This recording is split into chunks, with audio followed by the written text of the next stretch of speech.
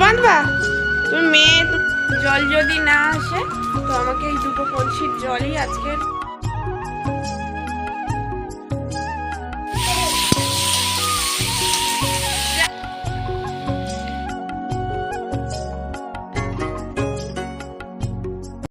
Good morning everyone, কেমন আছে সবাই? আশা করি সবাই ভালো আছে, সুস্থ আছো।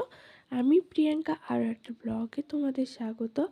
আজকে সকালে সকালে বাসি কাজ সব করে আর দিদিমাকে চা করে দিলাম। তো দিদিমাকে চা করে দিলে না আমারও মনে হয় যে একটু চা খেয়ে নেই আমি। আর আগে যেহেতু আমি চা খেতামই না, তো পরপর যেন দিদিমার সাথে আমারও যেন চা খাওয়ার নেশাটা হয়ে যাচ্ছে। তো ঠান্ডার সময় চাটা খেতে এখন ভালোই লাগবে। তো দিদিমার সাথে বসে একটু আলোচনা করছিলাম যে আজকের কি রান্না হবে।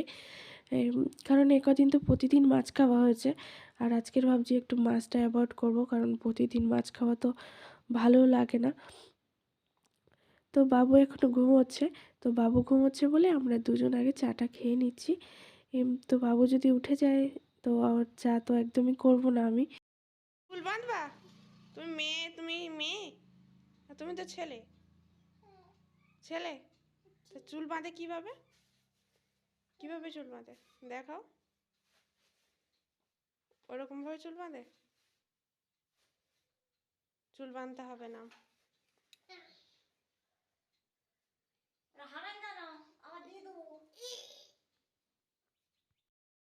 ঘরের সব কাজ করে রান্নাঘরে আসলাম। এই যে সকালটানে ভাতটা বসিয়ে দিলাম। দিদিমা আজকের বলছে না, আজকের ভাত খাবে না, বলছে সকালে ভাত খাবে না, বলছে দুপুরেই ভাত খেয়ে নেবো, আজকের একবারই ভাত খাবো। তো ছেলে জন্য ম্যাগি করে দেবো। ও সকালে উঠেছে, বিস্কুট খেয়েছে, তারপরে না এই যে এখনও একটু ম্যাগি করে দেবো ওর জন্য। ও বলছে ম্যাগি খাবে। সকালে থালা বাসনগুলো ধুয়ে এই যে গামলায় রেখেছি জলগুলো ঝরে যাওয়ার জন্য। আর আমাদের এখানে না ভীষণ একটা সমস্যা হচ্ছে কী বলতো, এই সারাদিন করে কারেন্ট চলে যাবে আর ট্যাপের জল মানে জল থাকবেই না। এই জল ছাড়া পুরো সারাটা দিন কাজ করতে হবে। আমার কলসিতে আমি ওই ট্যাপ কল থেকে বলতে আমাদের টানা কল আছে, ওইখান থেকে ওই যে কলসি দুটো দেখতে পাচ্ছ, ওই যে ওইখানে একটা কলসি আছে ওইখানে, তো ওই কলসি দুটোতে জল ভরে রেখে দিই সারাক্ষণের জন্য। যে কখন বলা যায় না যে জল থাকবে কি থাকবে না, তো তার জন্য। তো জল যদি না আসে তো আমাকে এই দুটো কলসির জলই আজকের দিয়ে সব কাজ, সারাদিনের সব কাজগুলো কমপ্লিট করতে হবে। তো চলো সারাদিন কন্টিনিউ পুরো ব্লগটা দেখো, আশা করি তোমাদের ভালো লাগবে। এর উপরে ওঠো তাড়াতাড়ি, বস্তা নিতে হবে না, বস্তা নিয়ে উঠতে নেই, বস্তা নিয়ে বসতে নেই। এত এত বায়না ধরলে হয়? কোথায় কোথায় বসবা? ওইখানে বসবা? তো নাও তাড়াতাড়ি বসে তাড়াতাড়ি খেয়ে নাও, নাও তাড়াতাড়ি খেয়ে নাও। হুম ঠিক আছে।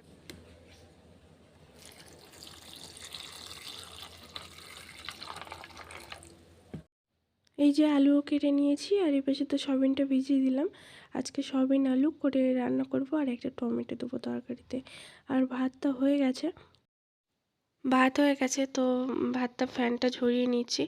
আর তারপরে না এই যে সয়াবিনটা আগে ভেজে নিয়েছি, তারপরে আলু একটু গরম তেলে ফোড়ন তেজপাতা দিয়ে আলুটা ভালোভাবে ভেজে নিচ্ছি। আর এইদিকে দেখো টমেটোটা কুচিয়ে নিয়েছি, একটাই টমেটো দেবো তরকারিতে আজকে। আর এই যে সয়াবিন ভেজেছি, আর এই দেখো শিলে বাটলাম জিরে মরিচ আর শুকনো লঙ্কা করে শিলে বেটে নিয়েছি।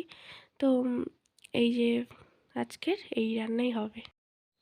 আলু ভেজে নিলাম লাল করে, তারপরে টমেটোগুলো দিয়ে দিচ্ছি যাতে টমেটোগুলো আলুর সাথে মিশে যায় ভালোভাবে।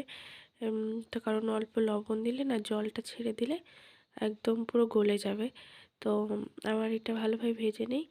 এই দেখো পুরো গলে গেছে, একদম পুরো একদম মিশে গেছে। তো একটুখানি ভেজে নেওয়ার পরে অল্প হলুদ দিয়ে, আর লবণ যদি দাও তো দিতে হবে, তো অল্প হলুদ দিয়ে তারপরে আমি জল ঢেলে দেবো সিদ্ধ হওয়ার জন্য। আলু সয়াবিনের তরকারি রান্না করলে না আমার মনে হয় যে একটা টমেটো দিতেই হবে। যদি না দেই মনে হয় যে একটা অসম্পূর্ণ কি একটা থেকে গেছে, তরকারিতে দেইনি। তো টমেটো দিলে আরও ভালো লাগে। তো ঢাকা দেওয়ার পরে না সিদ্ধ করে নিলাম, আলু সয়াবিনও দিয়ে দিয়েছি একসাথে সব সিদ্ধ করে। তো এখন যেই মশলাগুলো করেছিলাম ওইগুলো দিয়ে দিচ্ছি, জিরে মরিচ দেবো আর লঙ্কা দেবো, লঙ্কা বেটেছি। এই লঙ্কাটা দিলে যেন সয়াবিন তরকারিটা ভালো লাগে, মানে বেটে দিতে হবে। যদি আমি গুঁড়ো দিই, আমার গুঁড়োটা যেন এখন অতটা ভালো লাগে না, যেন বাটা মশলাটাই যেন সবচেয়ে ভালো লাগছে। তো এখন কি করছি বলো তো, এখন সব তরকারিতেই আমি শিলে বেটে তারপরে মশলা দিচ্ছি তরকারিতে। আর বাগান থেকে না ধনেপাতা তুলেছি, তো ধনেপাতাগুলো একটু এর উপরে উপরে ছড়িয়ে দেবো, ভালোভাবে এর সাথে মিশে যাবে। তো ধনেপাতা দিলে ভালো লাগবে খেতে তরকারিটা। আম, যেহেতু সয়াবিন আলু আর একটা টমেটো দিয়েছি আর গুঁড়ো ঝালে রান্না করলাম, তো ভালো লাগবে। এই দেখো আলু সিদ্ধ হয়ে গেছে আমার, একটুখানি ফুটিয়ে নিয়ে তারপর তরকারিটা নামিয়ে দেবো। তো চলো তোমাদেরকে পরে দেখাচ্ছি।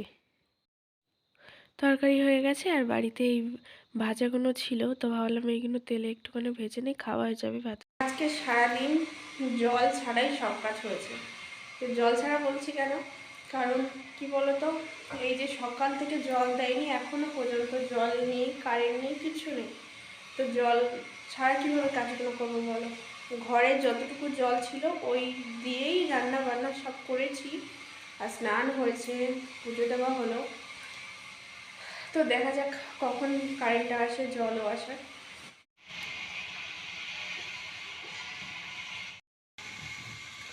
এক্ষুনি জল আসতে সব কাচাকুচি করে আসলাম। আর আজকে না সারাদিনে একবারই ভাত খাওয়া হয়েছে। সকালে তো ভাত খাওয়া হয়নি, দুপুরে সবাই মিলে ভাত খেলাম। আর এই যে কারেন্ট এসছে, এক্ষুনি জলও এসছে, জল আসতে সব ধুলাম, সব জিনিসপত্র কাচাকুচি করলাম। বাবু ভাত খেয়ে ঘুমিয়েছে, এই যে দিদিমা ওষুধ খাচ্ছে। তো চলো এখন একটু রেস্ট নেব, তারপরে আবার আসছি। এক্ষুনি সন্ধে দিয়ে নিচে আসলাম, আর নিচে এসে না চা করেছে, এই যে দুজন বসে চা খাচ্ছে। দিদিমাকে চা করে দিলাম, দিদিমা এখন চা খাচ্ছে। আর বাবুর বাবা না কি একটা বিস্কুট কিনে নিয়ে এসছে জানি না, কিন্তু খেতে ভীষণ ভালো, চার সাথে তো ভীষণ ভালো লাগছে। তো বাবু দুটো নিয়েছে, দুটো নিয়ে খাচ্ছে। কই বিস্কুট দেখো, দিদিমাকে দিয়েছি বিস্কুট, ও কী করেছে, ওর বিস্কুটটা দিদিমাকে দিয়েছে আর দিদিমার বিস্কুটটা ও নিয়েছে, নিয়ে এখন ওই যে বসে বসে এখন খাচ্ছে। তো চলো পরে আসছি। এখন না যত দিন যাচ্ছে তত বেশি ঠান্ডা পড়ছে, তো যার জন্য আজকের ভাবছি একটু রুটি খাবো। বাড়ির সবাই বলতে বাবু আছে, আমি আছি, দিদিমা তো রুটি খায়, তো আজকের বেশি করে আটাটা মাখিয়ে নিলাম। তো আর দিদিমা ঘুমোচ্ছে, বাবু না সবসময় দিদিমার কাছে গিয়ে জ্বালাতন করে, তো ওকে লাঠি দেখিয়ে দেখিয়ে ভয় দেখিয়ে দেখিয়ে আমার কাছে সবসময়ের জন্য দাঁড় করে রেখে দিয়েছি, যাতে ও না যায় দিদার কাছে। তো চলো আজকের মতো ভিডিওটা এখানে এন্ড করছি, দেখা হচ্ছে আগামীকাল ভালো কোনো ব্লগের সাথে। সবাই ভালো থাকো, সুস্থ থাকো।